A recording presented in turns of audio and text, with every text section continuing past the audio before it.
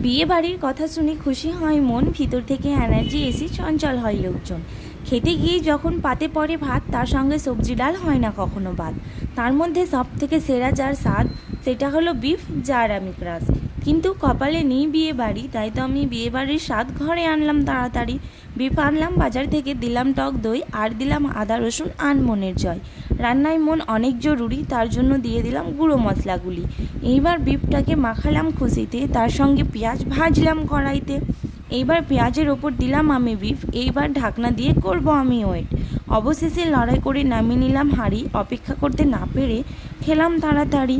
তোমরাও যদি খেতে চাও যার আমি ক্রাশ, তাহলে বানিয়ে নাও এই রেসিপি আজ।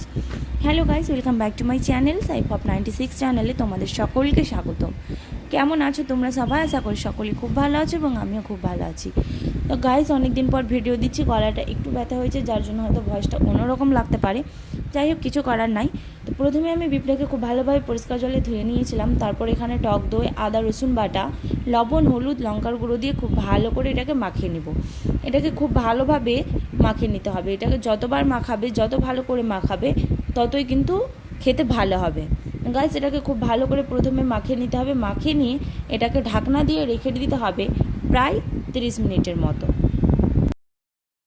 এইবার কড়াইয়ের উপর তেলটা দিয়ে দিতে হবে।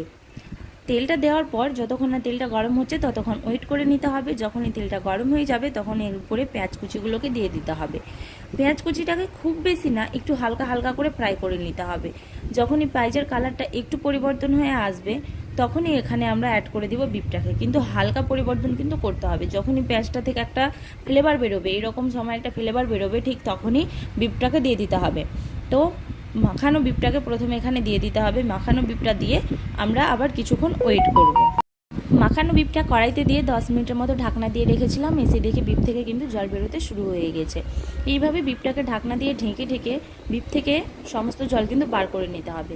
তারপর যখন জলগুলো খুব ভালোভাবে বেরিয়ে আসবে তখন এটাকে খুব ভালো করে আবার কষাতে হবে।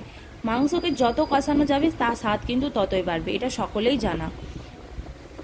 তো গাইস, মাংসটাকে একটু সময় ধরে কষিয়ে নিতে হবে। তোমরা মাংসটাকে যত কষাবে ততই কিন্তু এর স্বাদ ভালো হবে।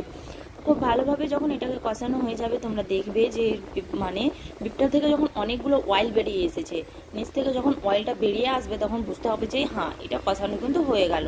যখন এটা কষানো হয়ে যাবে তখনই এখানে উষ্ণ গরম জল তোমরা অ্যাড করে দিতে পারো।